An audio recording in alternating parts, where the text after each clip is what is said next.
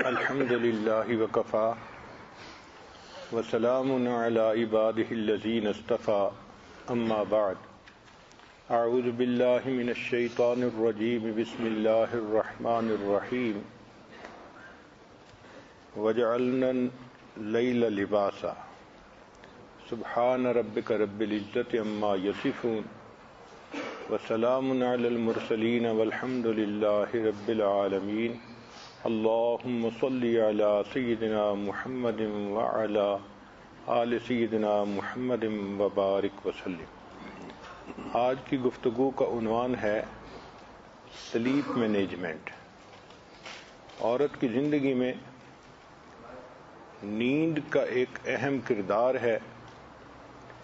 اگر نیند پوری نہ ہو تو اس کے دن کے جو کام ہیں وہ متاثر ہوتے ہیں، طبیعت میں چڑچڑا پن آ جاتا ہے، پھر بچوں کی تربیت پہ بھی اثر پڑتا ہے اور دن کے جو کام ہیں ان پہ بھی اثر پڑتا ہے۔ جس طرح اللہ تعالیٰ نے کھانا اور پینا جسم کی ضرورت بنا دی ہے، اسی طرح بدن تھک جاتا ہے، اس کو نیند کی ضرورت ہے۔ اچھی نیند سے انسان کی زندگی بھی اچھی گزرتی ہے۔ عورتوں میں نیند اور کم خوابی کی شکایت زیادہ ہوتی ہے، اس لیے اس کو مستقل ایک عنوان بنایا گیا کہ عورت اپنی نیند کا خیال کیسے رکھے۔ نیند کے بارے میں اگر آپ سمجھنا چاہیں تو یہ ذہن میں رکھیں کہ ہماری زندگی مختلف سائیکلز میں گزر رہی ہے۔ مثال کے طور پہ دن اور رات کا ایک سائیکل ہے۔ دن آتا ہے، طلوع ہوتا ہے، پھر دوپہر ہوتی ہے، پھر سورج غروب ہوتا ہے، پھر رات آ جاتی ہے، پھر سورج طلوع ہوتا ہے، پھر دوپہر آتی ہے، پھر سورج غروب ہوتا ہے، پھر رات آ جاتی ہے۔ تو دن رات کے سائیکل میں ہماری پوری زندگی گزرتی چلی جا رہی ہے۔ اسی طرح اگر آپ دیکھیں تو موسم کا بھی سائیکل ہے۔ سردی ہوتی ہے، پھر بہار آ جاتی ہے، پھر گرمی آتی ہے، پھر خزاں آتا ہے، پھر سردی آ جاتی ہے۔ اسی سیزن کے سائیکل میں ہماری پوری زندگی گزر رہی ہے۔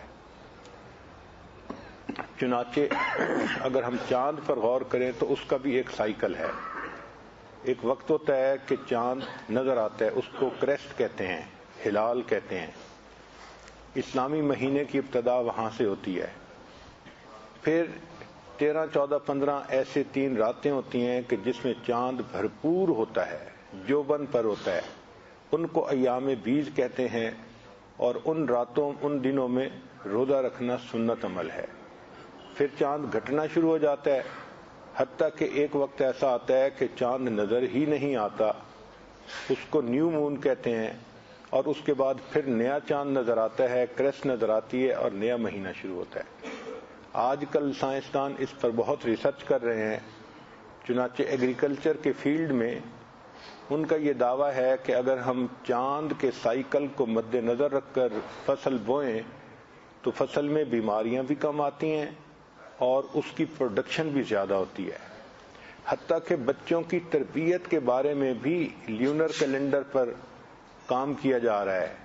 چنانچہ کئی ہزار اسکول کے بچوں پر ریسرچ کی تو جب چاند اپنے جوبن پر ہوتا ہے، دیکھا کہ ان بچوں کے اندر ایروگنس بھی بہت زیادہ ہوتی ہے ان دنوں میں خاص طور پر، اور جب چاند ابتدا میں ہوتا ہے تو بچوں کے اندر فطری طور پر ماننے کی صلاحیت زیادہ ہوتی ہے۔ چنانچہ لیونر کیلنڈر کو سامنے رکھ کے بچوں کو وہ کام بتائے جاتے ہیں کہ جن کاموں کو میں وہ ماننا ہوتا ہے تو بچے جلدی مان لیتے ہیں، اور جب بچے کے اندر انرجیز بہت زیادہ ہوتی ہیں اور وہ بہت ایروگنٹ ہوتے ہیں تو ان کو وہ کام بتائے جاتے ہیں جن میں ان میں موٹر ایکٹیویٹی زیادہ چاہیے ہوتی ہے۔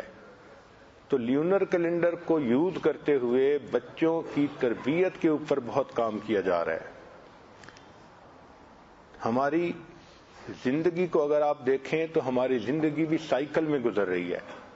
مثلا انسان کی پوری زندگی میں 7 سال کا ایک سائیکل ہے جس میں اس کی باڈیز میں چینجز آتی چلی جاتی ہیں۔ بچہ پیدا ہوتا ہے تو اس کے جسم میں قوت پوری نہیں ہوتی، وہ لیٹا ہوتا ہے تو اٹھ کے بیٹھ بھی نہیں سکتا، پھر کچھ مہینوں کے بعد وہ بیٹھنا سیکھتا ہے، اپنا سر سنبھالنا سیکھتا ہے، پھر کھڑا ہونا سیکھتا ہے، پھر چلنا سیکھتا ہے، پھر یہ بچہ 7 سال کی عمر میں اس کے جو برین کی جو گروتھ ہے وہ مکمل ہو جاتی ہے۔ چنانچہ شریعت نے کہا کہ جب بچہ 7 سال کا ہو جائے تو اسے نماز سکھائی جائے، نماز کا حکم کیا جائے اور اس کا بستر جدا کر دیا جائے۔ تو یہ 7 سال کا ایک سائیکل ہے۔ اب جب یہ ایک سائیکل ختم ہوا تو بچے کی نماز شروع ہو گئی، پھر جب دوسرا سائیکل ختم ہوتا ہے تو بچہ 14 سال کا ہو جاتا ہے۔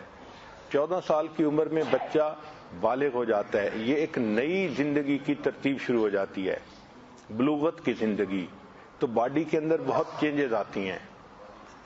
پھر جب تیسرا سائیکل ہوتا ہے تو اس وقت انسان کا جسم جسمانی طور پہ اپنے جوبن پر ہوتا ہے۔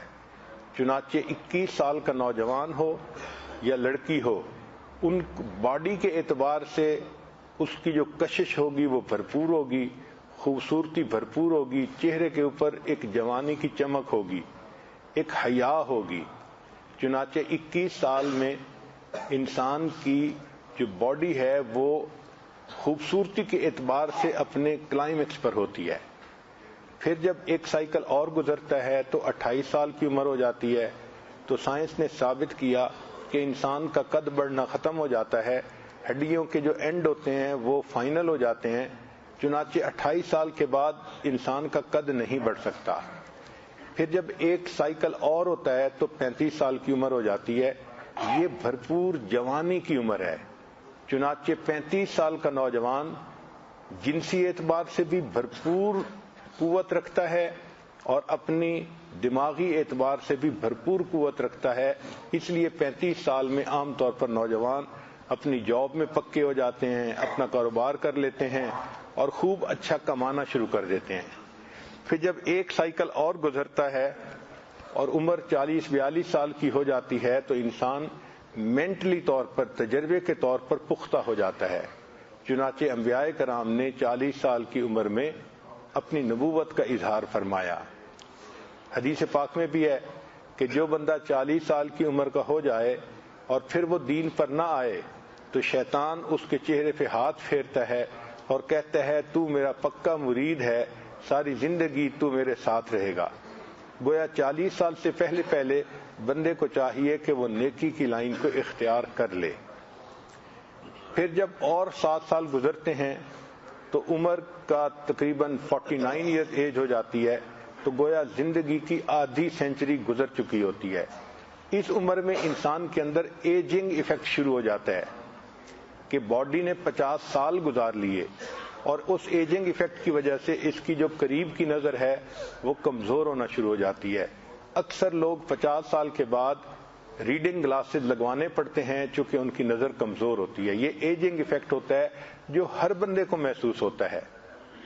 پھر اگر ایک سائیکل اور ہو جائے تو انسان کی زندگی کے 56 سال تقریباً گزر جاتے ہیں۔ یہ وہ ایج ہے جس میں عورت کے ایام ختم ہو جاتے ہیں اور اب اس کے بعد اس کے لیے بچے کی ولادت مشکل ہو جاتی ہے۔ 56 سال کے بعد عورتوں کے ہاں بچے کی ولادت کے چانسز ختم ہو جاتے ہیں چونکہ ان کا ماہانہ سائیکل ہی ختم ہو جاتا ہے۔ پھر ایک سائیکل اور 7 سال کا گزر جائے تو انسان کی عمر 63 سال ہو جاتی ہے۔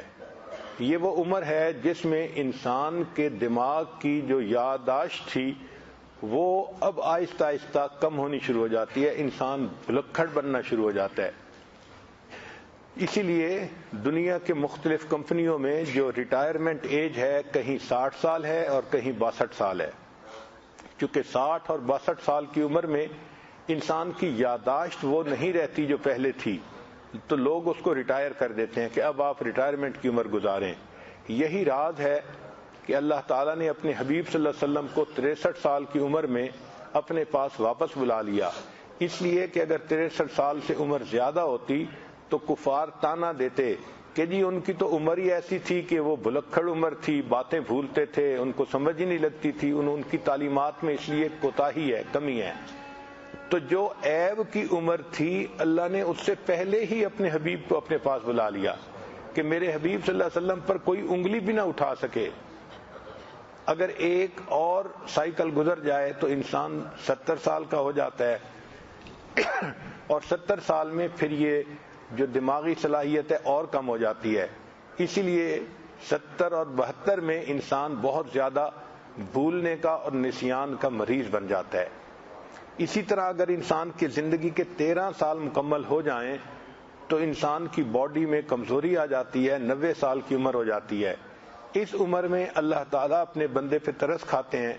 چنانچہ سیدنا عثمان غنی رضی اللہ عنہ کی روایت ہے کہ جب کوئی مومن 90 سال کی عمر کا ہو جاتا ہے, اللہ تعالیٰ فرشتوں کو فرماتے ہیں کہ اب اس بندے کی غلطیوں کو معاف کر دو اور اس کی حسنات کو پکا کر دو, اور یہ میرا دنیا کے اندر اسیر ہے. ھذا اسیر اللہ فی الارض, دنیا میں یہ میرا قیدی ہے کہ اس نے 90 سال گزار دیے میرا کلمہ پڑھتے پڑھتے. اب میں اس کے خاندان کے لوگوں میں اس کی شفاعت کو قبول کروں گا, کیونکہ 90 سال کی عمر کے مومن کو اللہ تعالیٰ کی طرف سے خوشخبری مل جاتی ہے.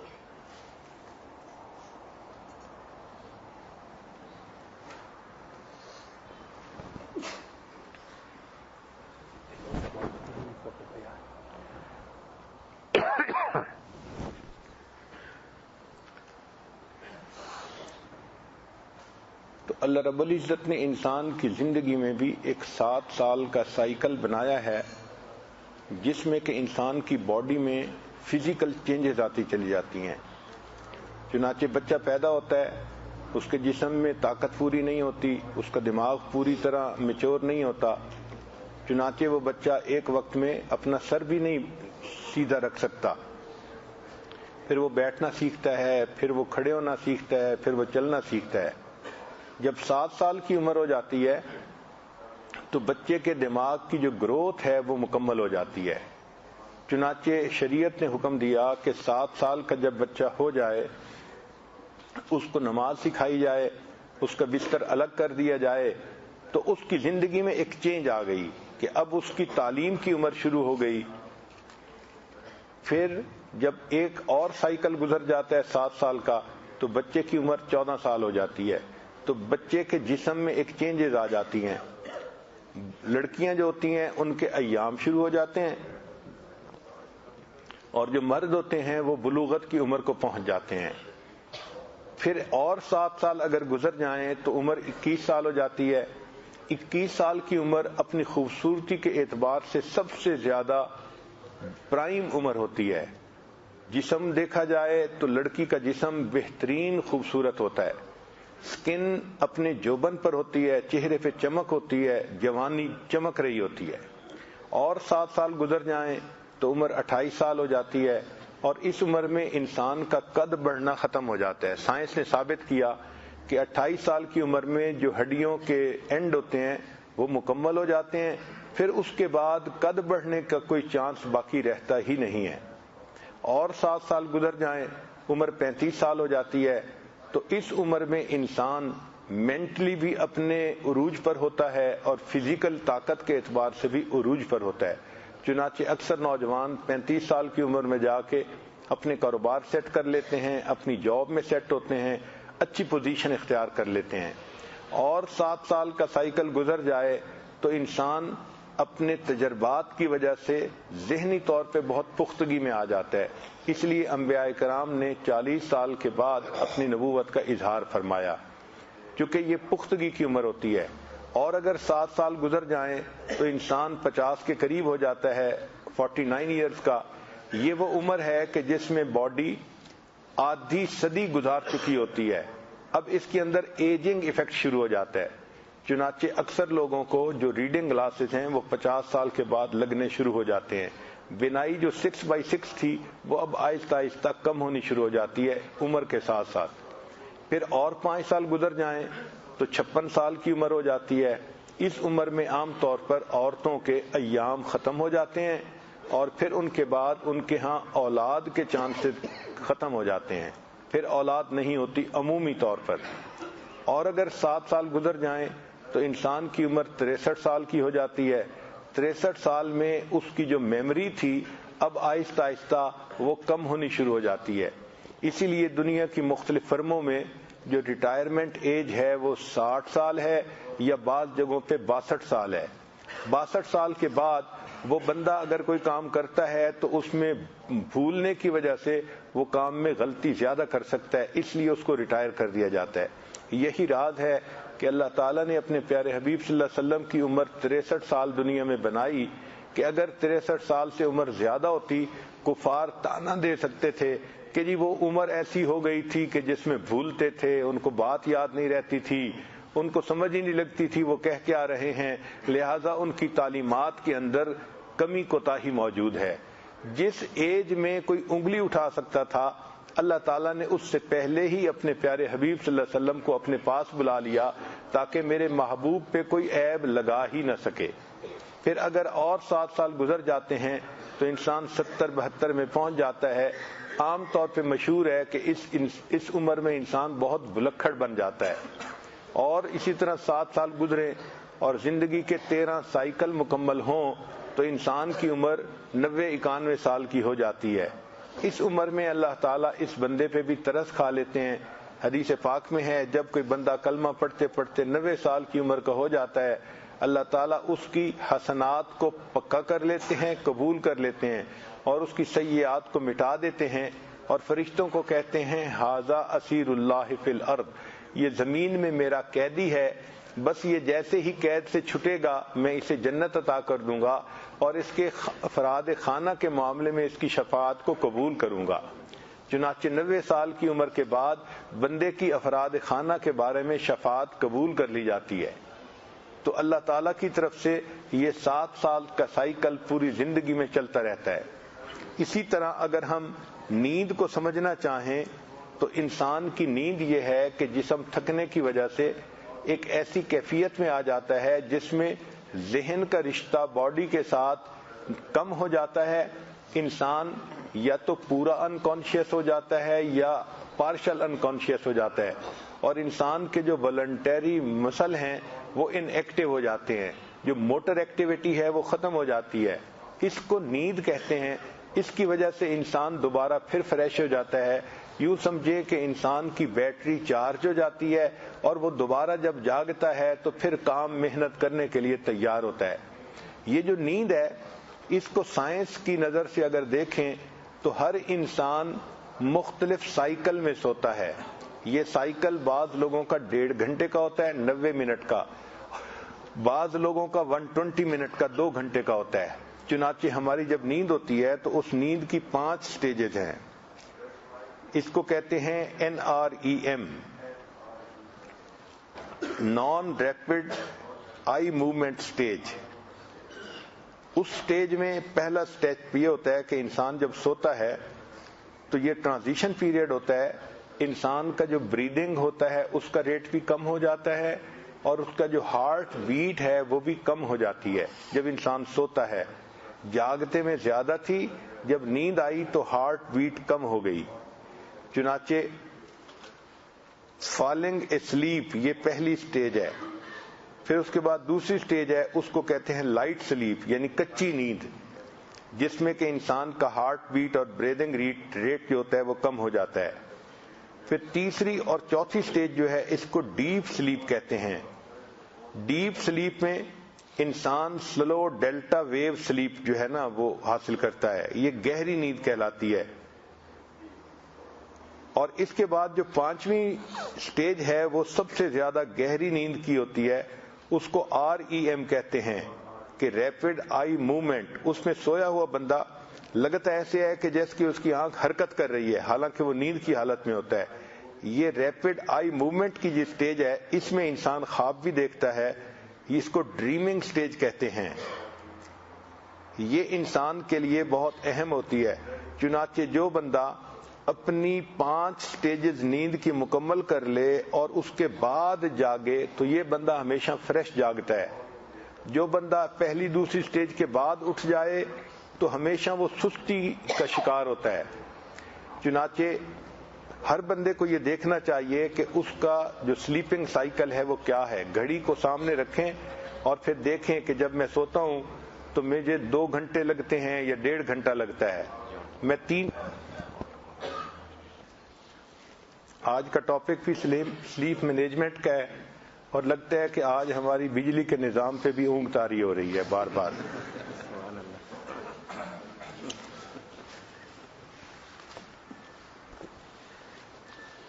اگر ہم نیند کو سمجھنا چاہیں تو نیند کیا ہے کہ انسان کی باڈی کام کرتے کرتے جب تھک جاتی ہے تو پھر اس پر ایک ایسی کیفیت آ جاتی ہے جب دماغ کا تعلق بدن کے ساتھ کم ہو جاتا ہے اور انسان بے ہوشی کسی کنڈیشن میں آ جاتا ہے.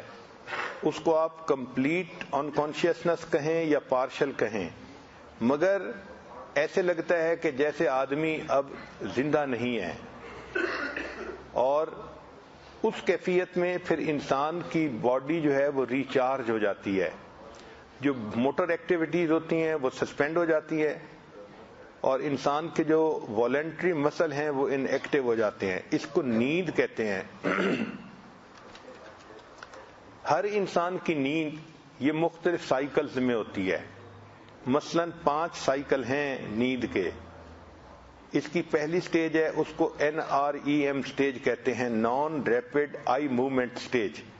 اس میں انسان کچی نیند سوتا ہے. کچی نیند کا کیا معنی کہ جب انسان سوتا ہے تو اس کا بریدنگ ریٹ بھی کم ہو جاتا ہے اور ہارٹ بیٹ کا ریٹ بھی کم ہو جاتا ہے، تو انسان نیند کی گود میں چلا جاتا ہے. پھر 3rd اور 4th سٹیج جو ہے اس میں انسان کی نیند گہری ہوتی ہے. ڈیلٹا ویو سلیپ اس کو کہتے ہیں. انسان گہری نیند چلا جاتا ہے. پھر سب سے زیادہ جو گہری سٹیج ہوتی ہے اس کو REM کہتے ہیں، ریپڈ آئی موومنٹ، کہ انسان دیکھنے میں سویا ہوا ہوتا ہے لیکن اگر غور کریں تو لگتا ہے کہ اس کی آنکھ حرکت کر رہی ہے. یہ وہ سٹیج ہے جس کو ڈریمنگ سٹیج کہتے ہیں اور اس میں انسان خواب دیکھ رہا ہوتا ہے. چنانچہ یہ سب سے گہری نیند کی سٹیج ہوتی ہے. اس کے مکمل ہونے کے بعد اگر کوئی بندہ جاگے تو وہ بندہ ہمیشہ فریش اٹھتا ہے، اور اگر اس 5 سٹیج سائیکل کے درمیان میں وہ کھڑا ہو جائے، اٹھ جائے، تو وہ ہمیشہ سست ہوتا ہے. چنانچہ 1.5 گھنٹے سے 2 گھنٹے کا یہ سائیکل ہوتا ہے جس میں یہ 5 سٹیجز مکمل ہو جاتی ہیں. ہر بندے کو اپنی سلیپ کے بارے میں چیک کرنا چاہیے کہ میں 1.5 گھنٹے کے سائیکل میں سوتا ہوں یا 2 گھنٹے کے سائیکل میں. جب پتہ چل جائے کہ میرا سائیکل اتنا ہے تو اب انسان کو 1 سائیکل یا 2 سائیکل یا 3 سائیکل اس طرح اپنی نیند مکمل کرنی چاہیے. مثلا اگر کسی کا 1.5 گھنٹے کا سائیکل ہے تو وہ بندہ اگر 1.5 گھنٹہ دوپہر کو کیلولا کرے گا تو بالکل فریش اٹھے گا، اور اگر رات کو وہ 2 سائیکل سو لے گا تو 3 گھنٹے کے بعد بالکل فریش اٹھے گا، اور اگر وہ 4 سائیکل سوئے گا تو 9 گھنٹے سونے کے بعد فریش اٹھے گا، اور اگر سائیکل کے درمیان میں اٹھ گیا تو 13 گھنٹے سونے کے بعد بھی وہ سست اٹھے گا، نیند پھر آئے گی، جی چاہے گا کہ سو جاؤں اور کام کرنے کو دل نہیں چاہے گا۔ اس لیے جو عورتیں محسوس کرتی ہیں کہ اتنا سونے کے بعد بھی ہم فریش نہیں ہوتی، وہ اصل میں اپنے سائیکل کے درمیان میں اٹھ جاتی ہیں۔ تو ایسا نہیں کرنا چاہیے، سائیکل کو مکمل کرنے کے بعد اٹھنا چاہیے۔ اپنی نیند کی مینجمنٹ ایسی کریں کہ 1 سائیکل، 2 سائیکل، 3 سائیکل جتنا بھی سونا ہے اس کے بعد اٹھیں تاکہ آپ کی نیند فریش ہو جائے۔ یہ جو اللہ والوں کے ہوتے ہیں نا کہ تھوڑا سو کے بھی فریش اٹھتے ہیں، اصل میں ان کو اللہ توفیق دے دیتے ہیں کہ وہ 1 سائیکل کے بعد اٹھتے ہیں تو وہ اسی طرح فریش ہوتے ہیں جس طرح لوگ 8-9 گھنٹے کی نیند پانے کے بعد فریش ہوتے ہیں۔ قرآن مجید میں نیند کی مختلف سٹیجز کا تذکرہ ہے، چنانچہ پہلی سٹیج کو کہتے ہیں سنہ یا نوم، لا تأخذہ سنۃ ولا نوم، یہ اونگ کہلاتی ہے۔ پھر اس کے بعد کی جو سٹیج ہے اس کو نعاس کہتے ہیں، اذ یغشیکم النعاس، یہ شارٹ نیپ ہوتا ہے۔ سٹیج 1 اور 2 اس کو نعاس کہتے ہیں۔ پھر اس کے بعد کی جو سٹیج ہے اس کو رقود کہتے ہیں، یہ لانگ پیریڈ ہوتا ہے سٹیج 3 اور 4 کا۔ پھر اس کے بعد جو بہت گہری نیند ہوتی ہے اس کو ہجوع کہتے ہیں، کانوا قلیلا من اللیل ما یہجعون وبالاسحار هم یستغفرون۔ چنانچہ قرآن مجید نے نیند کے مختلف سائیکل کا تذکرہ بھی قرآن مجید میں کر کے بتا دیا کہ انسان کی نیند کے سائیکل ہوتے ہیں۔ یہ ذہن میں رکھیں کہ اللہ تعالیٰ نے جسمانی طور پر ہر انسان کے جسم میں ایک گھڑی فٹ کر دی ہے۔ چنانچہ اگر ہمارے پاس کوئی گھڑی نہ ہو اور ہم ایک ایسی جگہ ہوں کہ جہاں پر ہم کہیں اندر بند ہیں تو بھی ہمارا بدن خود بخود اندازہ لگا لیتا ہے کہ اب دن کا وقت شروع ہو گیا ہے یا رات کا وقت شروع ہو گیا ہے۔ اس کا طریقہ یہ ہے، اس کو کہتے ہیں سرکارڈین ریدم۔ یہ کیا ہوتا ہے کہ انسان کی باڈی، انسان سویا ہوا ہے تو جب سورج طلوع ہوتا ہے تو اس کی روشنی آنکھوں کے ذریعے سے دماغ کے ایک حصے پہ جاتی ہے جس کو SCN کہتے ہیں کہ سپراچیامیٹک نیوکلیس، یہ دماغ کا ایک حصہ ہے جس کا تعلق نیند کے ساتھ ہوتا ہے۔ تو آنکھوں سے روشنی کا سگنل انسان کے دماغ کے اس حصے کو جاتا ہے اور یہ حصہ پھر انسان کے بدن میں ہیپی ہارمون پیدا کر دیتا ہے، ایسے ہارمون جو خوشی کے جو ہے نا اور فریشنس کا سبب ہوتے ہیں۔ چنانچہ انسان اس وقت میں خود بخود جاگ جاتا ہے، باڈی جاگنے کا الارم دے دیتی ہے، اور جب رات آتی ہے تو پھر انسان کے جسم میں یہ حصہ وہ ہارمون پیدا کر دیتا ہے کہ جو انسان کو سونے پہ چنانچہ جو دن کے ہارمون ہیں ان کو سیروٹونین ہارمون کہتے ہیں اور جو رات کے ہارمون ہیں ان کو میلاٹونین ہارمون کہتے ہیں۔ تو اس کا مطلب یہ ہے کہ جسم خود بخود انسان کو سونے کا بھی سگنل دیتا ہے اور جاگنے کا بھی سگنل دیتا ہے۔ اللہ تعالیٰ نے انسان کے جسم میں گویا نیند کے لیے یہ گھڑی خود بخود فٹ کر دی ہوئی ہے۔ کتنا ایک بندے کو سونا چاہیے؟ سائنس نے ثابت کیا کہ بچہ عام طور پر 18 گھنٹے سوئے تو وہ فریش ہوتا ہے، اگر بیمار نہ ہو۔ اگر بیمار ہو تو وہ کم سوتا ہے، پھر روتا زیادہ ہے، ماں باپ کو ٹف ٹائم دیتا ہے۔ پھر 12 مہینے کا بچہ تقریباً 18 گھنٹے کی بجائے 14 گھنٹے اس کی نیند ہو جاتی ہے۔ پھر 3 سال کا بچہ جب ہو جاتا ہے تو اس کی نیند 12 گھنٹے ہو جاتی ہے۔ 5 سال کا بچہ ہوتا ہے تو اس کی نیند 11 گھنٹے ہو جاتی ہے، اور جب 12 سال کی عمر کا بچہ ہوتا ہے تو اس کی نیند پھر تقریباً 10 گھنٹے ہو جاتی ہے، اور جب ٹین ایجر ہوتا ہے تو یہ 9 سے 10 گھنٹے نیند اس کی ہمیشہ کے لیے سیٹ ہو جاتی ہے۔ چنانچہ جو ایڈلٹ لوگ ہوتے ہیں، جو جوان لوگ ہوتے ہیں یا بھرپور عمر گزارنے والے لوگ ہوتے ہیں، ان کی نیند عام طور پر 7 سے 8 گھنٹے ہوتی ہے۔ سائنس نے یہ ثابت کیا 7 گھنٹے سے کم سوئیں تو بھی ہارٹ اٹیک کا خطرہ زیادہ ہوتا ہے، 7 گھنٹے سے زیادہ سوئیں تو بھی ہارٹ اٹیک کے چانسز بڑھ جاتے ہیں۔ جو لوگ 7 گھنٹے سوتے ہیں ان کی نیند بہت اچھی اور مکمل نیند ہوتی ہے۔ عورت جب پریگننٹ ہوتی ہے تو اس کو 8 گھنٹے کی نیند مل جائے تو اس کے بچے کی گروتھ جسم میں بہت اچھی ہوتی ہے. چنانچہ اللہ رب العزت نے انسان کی زندگی کی جو نیند کی ضرورت ہے وہ بھی مختلف بنائی ہے. اگر ایک بندہ اپنے کام کی وجہ سے کم سوئے تو باڈی میں اس کا حساب رکھا جاتا ہے, اس کی فائل مینٹین ہوتی ہے. اس کو کہتے ہیں سلیپ ڈیٹ, کہ یہ نیند کا قرضہ ہوتا ہے. چنانچہ دوسرے چوتھے دن کے بعد پھر باڈی وہ جو سلیپ ڈیٹ ہوتا ہے اس کو پورا کرتی ہے اور ایک دن بندے کو لمبی نیند آتی ہے. سلیپ ڈس آرڈرز کیا ہیں؟ اس کو کہتے ہیں سومنی پیتھی. چنانچہ انسان سونا چاہتا ہے مگر اس کو نیند نہیں آتی, کروٹیں بدلتا رہتا ہے, اس کو نیند کی گولیاں کھانی پڑتی ہیں. اس کو ڈس آرڈر کہتے ہیں. یہ سلیپ ڈس آرڈر عورتوں کے اندر زیادہ ہوتا ہے مردوں کی نسبت, چونکہ عورتوں کے مسئلے بھی زیادہ ہوتے ہیں, ان کے باڈی میں ہارمون کی چینجز زیادہ ہوتی ہیں, اس لیے سلیپ ڈس آرڈر بھی زیادہ ہے.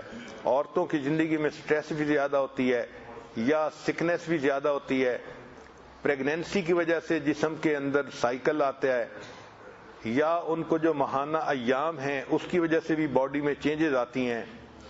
اس لیے جو عورتیں جاب کرتی ہیں ان میں سے 30% عورتیں ہوتی ہیں جن کو سلیپ پرابلمز ہوتے ہیں. جب سلیپ پرابلمز ہوں تو پھر عورتوں کو ریسٹ لیس لیگ سنڈروم پیش آتا ہے, یعنی ان کی ٹانگوں میں کمزوری ہوتی ہے اور درد رہتی ہے, ہلکی ہلکی درد ہوتی ہے, ان کو ٹانگوں میں فیل ہوتی ہے. پھر ایسی عورتیں اکثر و بیشتر ڈپریشن کا شکار ہو جاتی ہیں. چنانچہ اسلام نے ہمیں بتایا کہ بندے کو چاہیے کہ وہ اپنی نیند کو پورا کرے. حدیث مبارکہ میں ہے کہ نبی علیہ الصلوۃ والسلام تشریف لائے تو سیدہ زینب رضی اللہ تعالی عنہا امہات المومنین میں وہ ایسی تھیں کہ ان کو عبادت کا بہت شوق تھا. انہوں نے ایک رسی باندھی ہوئی تھی 2 پلر کے درمیان اور اس کے ساتھ مصلی بچھایا ہوا تھا. تو نبی علیہ السلام نے پوچھا کہ آپ نے یہ رسی کیوں باندھی ہے؟ اے اللہ کے حبیب صلی اللہ علیہ وسلم, جب میرے اوپر نیند غالب آتی ہے تو میں سونے کی بجائے اس رسی کے سہارا لے لیتی ہوں اور وقت گزار لیتی ہوں اور اپنی رات عبادت میں گزارتی ہوں. نبی علیہ السلام نے فرمایا تم ایسا نہ کرو, جب تمہیں نیند آیا کرے تو سو جایا کرو اور جب نیند ختم ہو جائے تو اس وقت اللہ کی عبادت کیا کرو. گویا نبی علیہ الصلوۃ والسلام نے بتلایا کہ ایک مقدار کی نیند انسان کی ضرورت ہے اور اس کو پورا کرنا ضروری ہے. چنانچہ بنی اسد کی ایک عورت تھی, بہت عبادت گزار تھی, وہ بھی پوری رات جاگتی تھی. تو نبی علیہ السلام نے ان کو بھی پیغام بھجوایا کہ تم نیند بھی کیا کرو اور جب جاگو تو نماز بھی پڑھا کرو. یہ نیند انسان کی ضرورت ہے, جس طرح کھانا اور پینا ضرورت ہے, اچھی نیند بھی باڈی کی ضرورت ہے. سوال پیدا ہوتا ہے کہ سلیپ ڈس آرڈر کے سمٹمز کیا ہیں؟ پہلی بات یہ کہ سونے میں ڈیفیکلٹی. اگر کوئی بندہ لیٹے اور اس کو آدھے گھنٹے میں نیند نہ آئے تو یہ پہچان ہے کہ اس بندے کو سلیپ ڈس آرڈر کی بیماری موجود ہے. پھر یہ کہ دن میں انسان کو نیند محسوس ہوتی ہے, حالانکہ دن تو کام کرنے کا وقت ہوتا ہے. اور اس کی ریمیڈی یہ ہے کہ انسان اچھے طریقے سے سوئے. عورت کے اندر جو ٹریٹمنٹ ہے وہ یہ ہے کہ انسان روزانہ ایک وقت پہ سوئے اور ایک وقت پہ جاگنے کا اپنا معمول بنائے. یہ جو ہوتا ہے نا, کبھی جلدی سونا, کبھی دیر سے سونا, کبھی بہت لیٹ سونا, اس سے سلیپ ڈس آرڈر زیادہ ہو جاتا ہے. شریعت نے یہ کہا کہ عورت عشاء کی نماز پڑھ لے تو اس کے بعد پھر جتنا جلدی ہو سکے اتنا سو جائے. جو انسان جلدی سوتا ہے پھر وہ تہجد کے لیے بھی آسانی سے جاگتا ہے. Early to bed early to rise makes a man healthy wealthy and wise. آج ہمارے اندر یہ مصیبت آ گئی کہ ہم اپنے دن کی ابتدا ہی عشاء کے بعد شروع کرتے ہیں. چنانچہ بہت سارے لوگ ایسے ہیں پوری رات جاگتے ہیں اور بیکار کاموں میں جاگتے ہیں, جس کی وجہ سے ان کے نیند کا سائیکل خراب ہو جاتا ہے. نبی علیہ الصلوۃ والسلام مغرب کے بعد سونے کو ناپسند کرتے تھے, اور عشاء کے بعد باتوں کو ناپسند کرتے تھے۔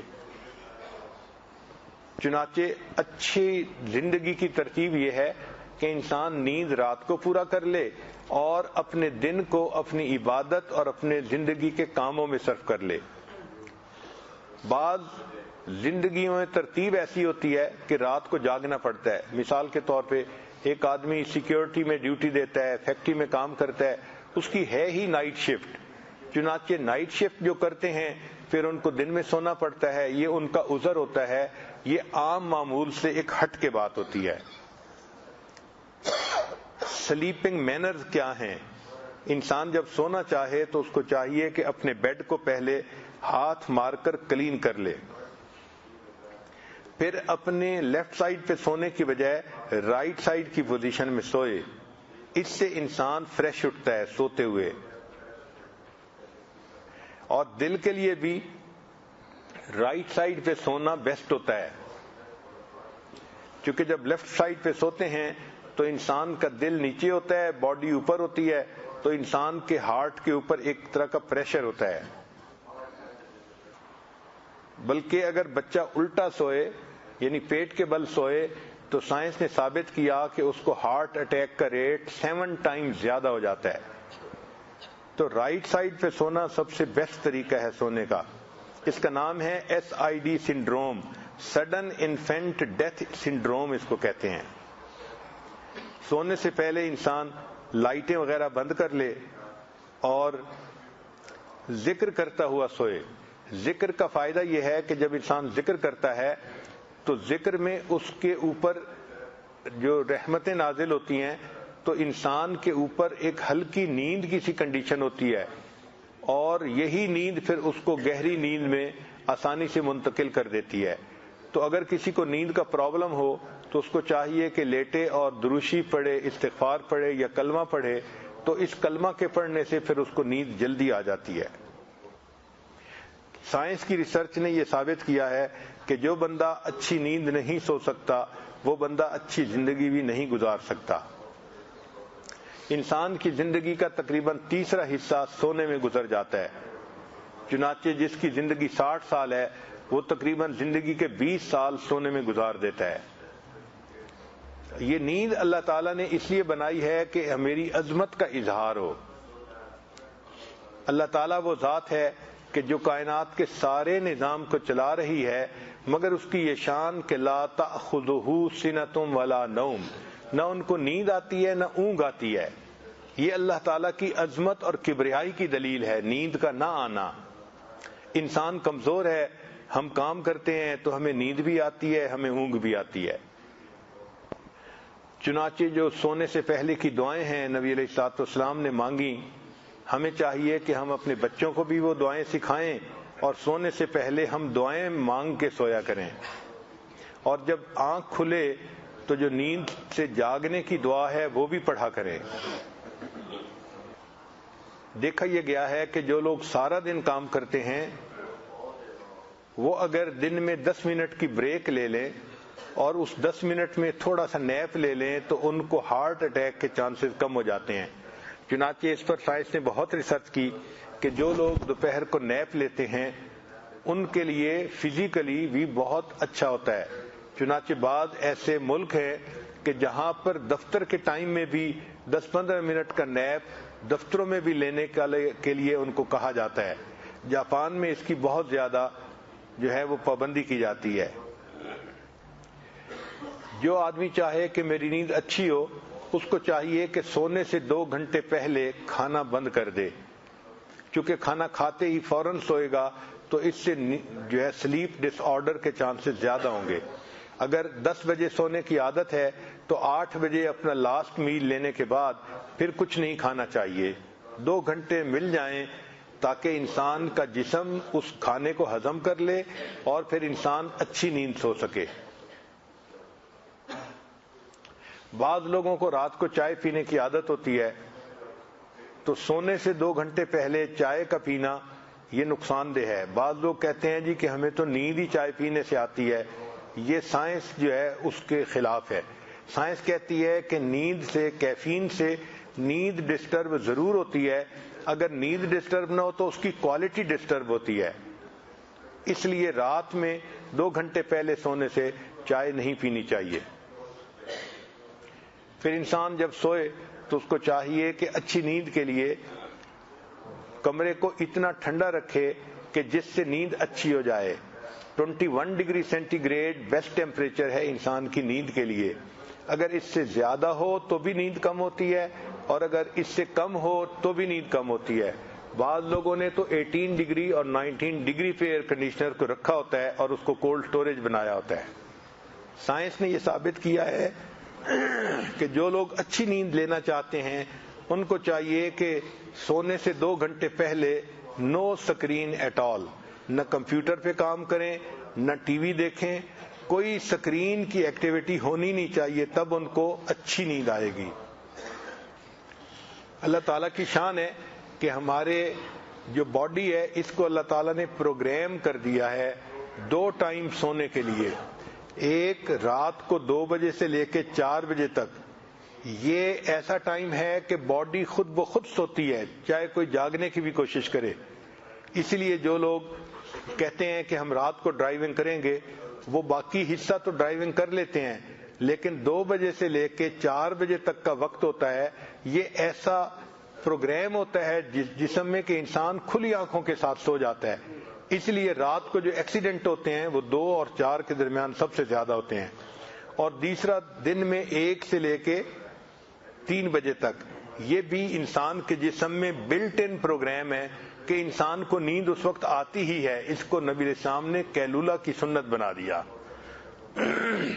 چنانچہ جو لوگ راتوں کو عبادت کرتے ہیں وہ ان کو چاہیے کہ وہ رات کو اٹھیں، تہجد پڑھیں، مگر 2 سے لے کے 4 بجے تک دوبارہ سوئیں.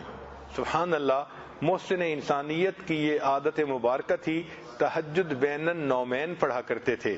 آپ صلی اللہ علیہ وسلم عشاء کے بعد سوتے تھے، پھر اٹھ کے عبادت فرماتے تھے، اور عبادت کے بعد پھر تھوڑی دیر کے لیے سویا کرتے تھے.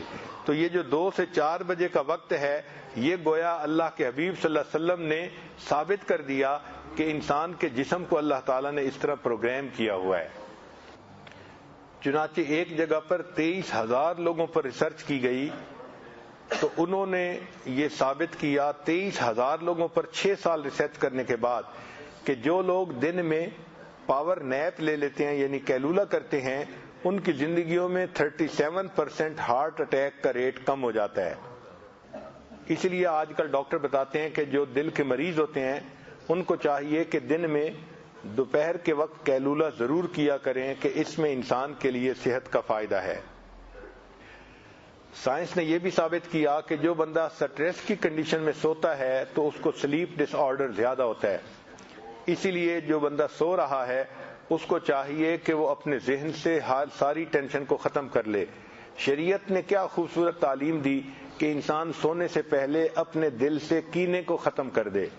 یہ جو کینہ کو ختم کرنے کی سنت ہے، یعنی ہر کسی کو معاف کرنا، یہ انسان کو سلیپ ڈس آرڈر سے بچا لیتی ہے. ہم نے دیکھا ہے کہ جو بزنس لوگ کرنے والے لوگ ہوتے ہیں ان کا جب سیزن آتا ہے تو وہ اپنی نیند کو قربان کر دیتے ہیں. رمضان شریف میں وہ سارا دن جاگتے ہیں کہ سیل ہوتی ہے، اور رات کو پھر سامان منگوا کے اس کی سیٹنگ میں جاگتے رہتے ہیں. نہ دن میں سوتے ہیں نہ رات میں سوتے ہیں. پوچھو بھائی کیوں نہیں سوتے؟ کہتے ہیں جی سیزن گزر جائے گا پھر ہم نیند پوری کر لیں گے.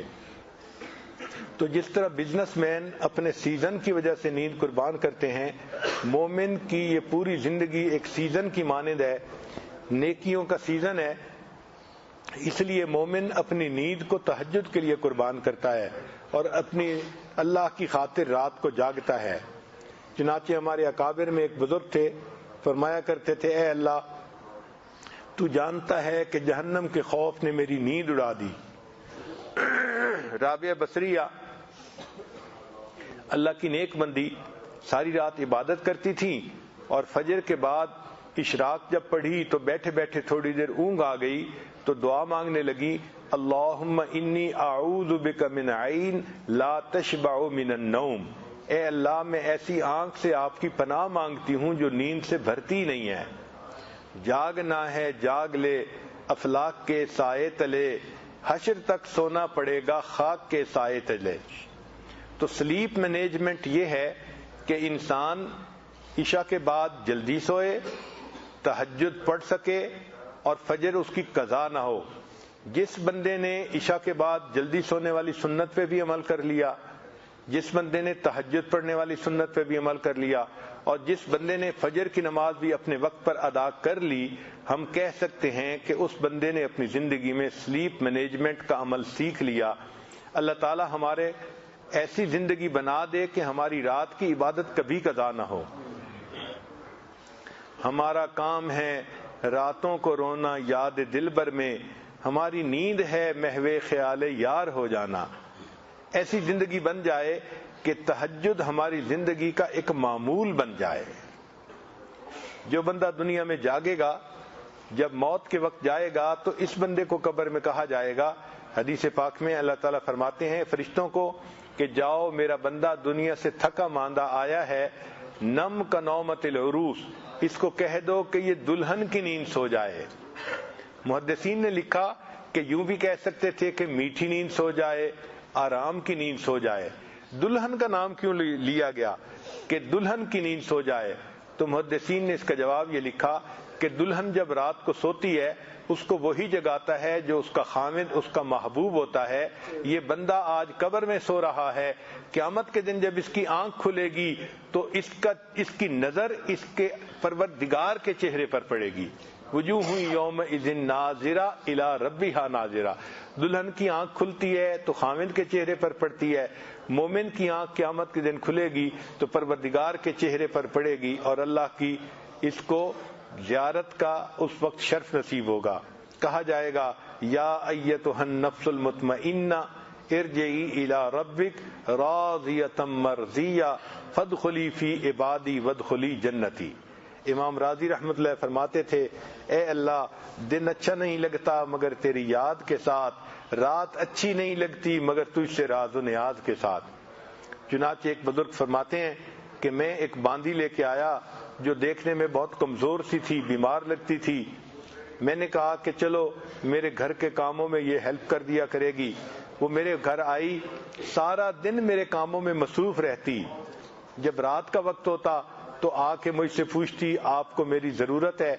اگر میں کہتا ہاں تو میرے ساتھ رات کا وقت گزارتی، اگر کہتا کہ مجھے ضرورت نہیں ہے تو وہ وضو کر کے مصلی پہ آ جاتی اور پوری رات مصلی کے اوپر عبادت کرتی رہتی۔ میں حیران ہوتا، یہ سارا دن دنیاوی مالک کی خدمت کرتی ہے اور ساری رات اپنے مالک حقیقی کی عبادت میں لگی رہتی ہے۔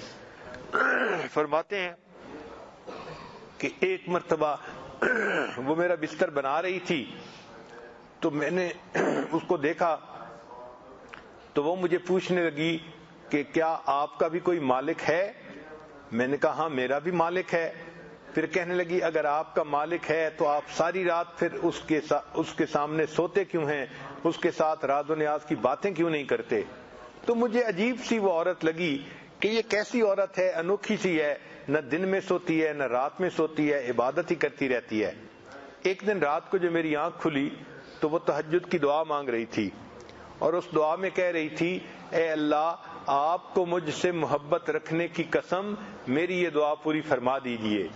تو میں نے اس کو ٹوکا، اے لڑکی اس طرح دعا مت مانگو، اللہ آپ کو مجھ سے محبت رکھنے کی قسم، یوں دعا مانگو اللہ مجھے آپ سے محبت رکھنے کی قسم کہ میں آپ سے محبت کرتی ہوں۔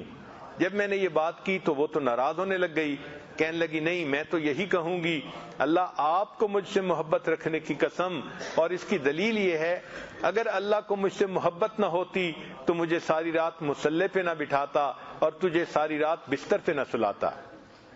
مجھے جو جگایا ہے تو اللہ کو مجھ سے محبت ہے تو جگایا ہے نا۔ تو اللہ کو جب بندے سے محبت ہوتی ہے اللہ تعالیٰ اس کو تہجد کی ضرور توفیق دے دیتے ہیں۔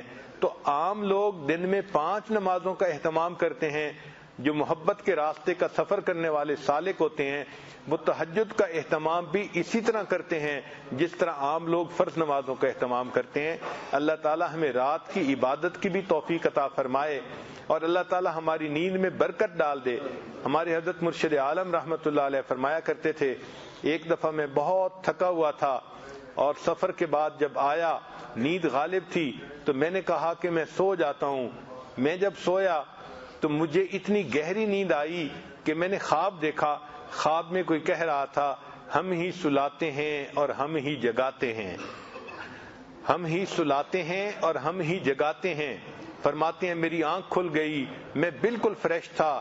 پھر اس کے بعد میں نے وضو کیا اور کام کیا. جب میں نے دیکھا تو میری نیند صرف 10 منٹ کی ہوئی تھی.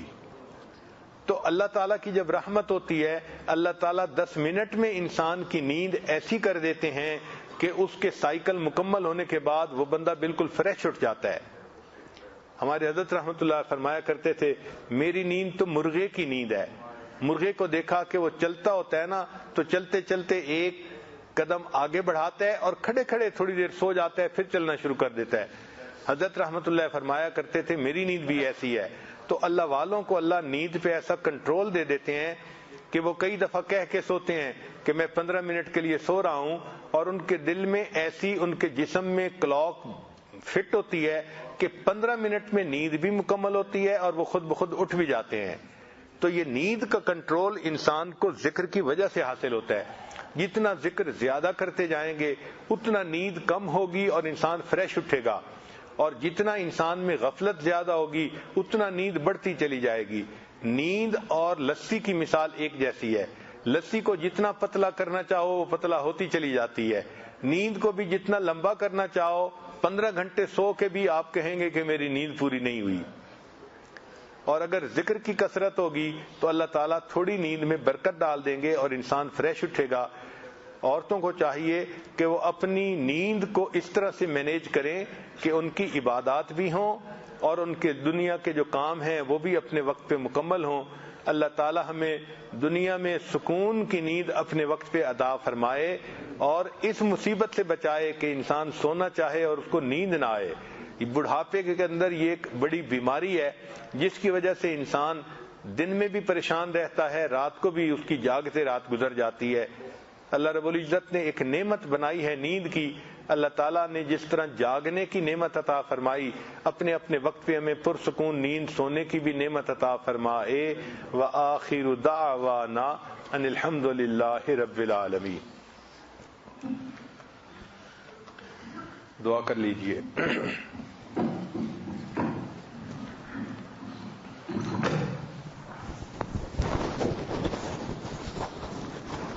سبحان ربي الأعلى الوهاب. اللهم صل على سيدنا محمد وعلى آل سيدنا محمد وبارك وسلم.